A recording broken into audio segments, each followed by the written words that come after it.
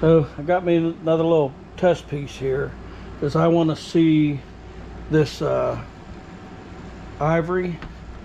I'm thinking about laying down the first coat with the ivory and then going back over it with the gloss just to see how these two are going to play well together, because I got a full can here and I got another full can of this.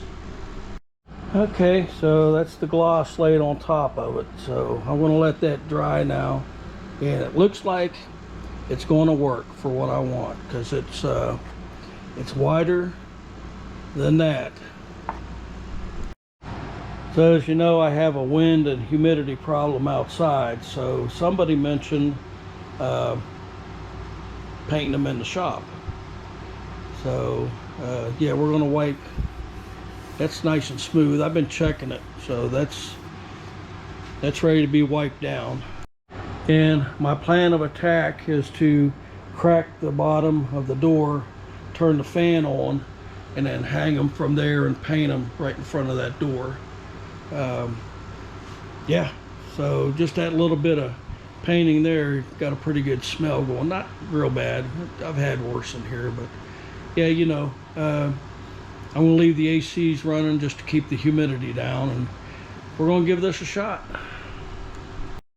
Well, I tell you what, if I can get them fenders to come out like that test piece, I think I'm going to be really happy. Alright, so I opted to wipe these down over here.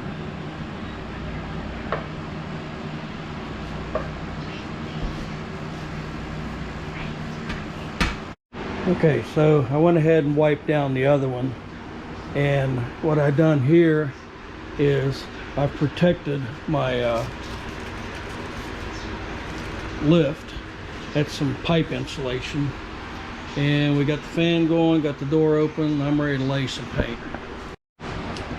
So I only put one leg down, that way I'm not tripping over things as I'm moving around this.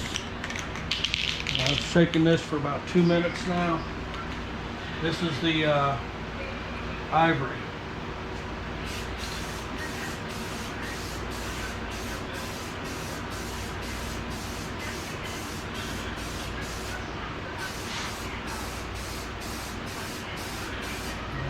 Hang on. Yeah, them rags I'm using are leaving a little bit of lint.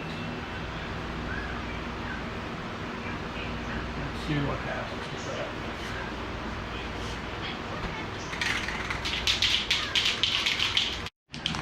Yeah, I ended up having to open up the shop doors. That option wasn't working very well, so I will have to close the roll-up door because I've got a pretty good breeze blowing in here right now. You can see it swinging. Taking the gloss white up now. I'm going to come back to this one later. There's still some lint right there, so I'm going to have to let this dry pretty good. I don't know if I can brush that off. I mean,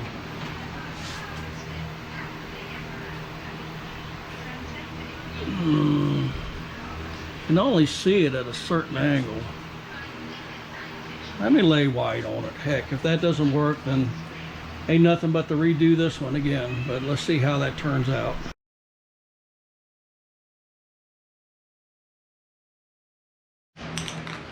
So the reason I want to keep going is I don't want the wrinkle effect to happen.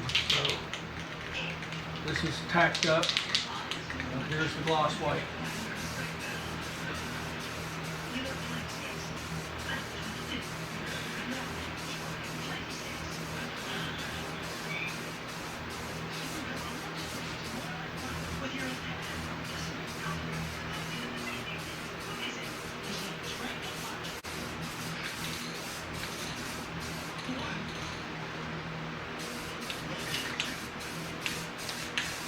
Alright, let's let that set up for a little bit, and I'm going to go hang this one up and rinse and repeat on the other one.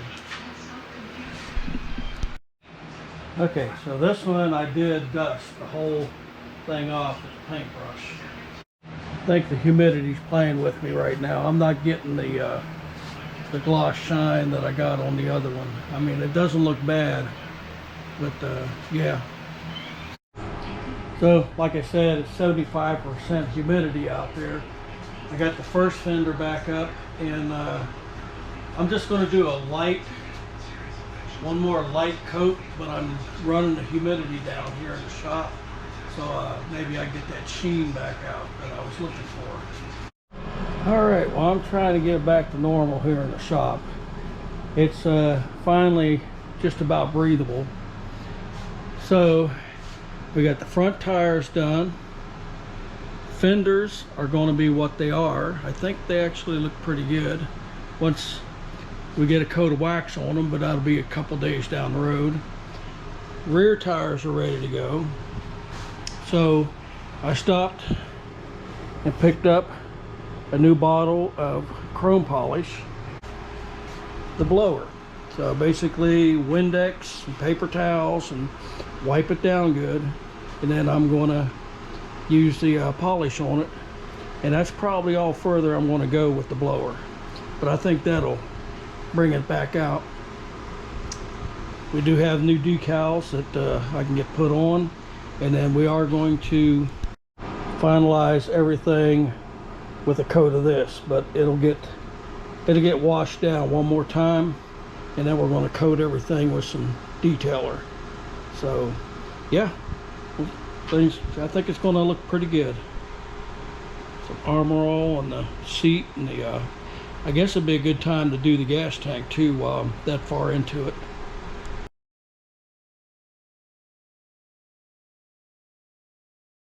I've had my stereo box on charge for a couple hours while I was doing the painting, and I think I got a bad battery in there. It's running on 2 batteries.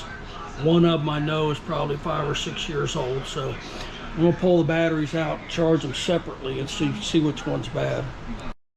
So this battery has a date code 2016. This battery does not, but it does say must be replaced every 3 to 4 years, I believe. Replace every 3 to 5 years. I don't have a date code on this one. So this battery, I'm at 11.5 volts.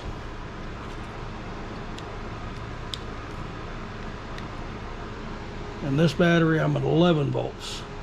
So yeah, I think I'm due for some new batteries. So it looks like this battery charged up just fine.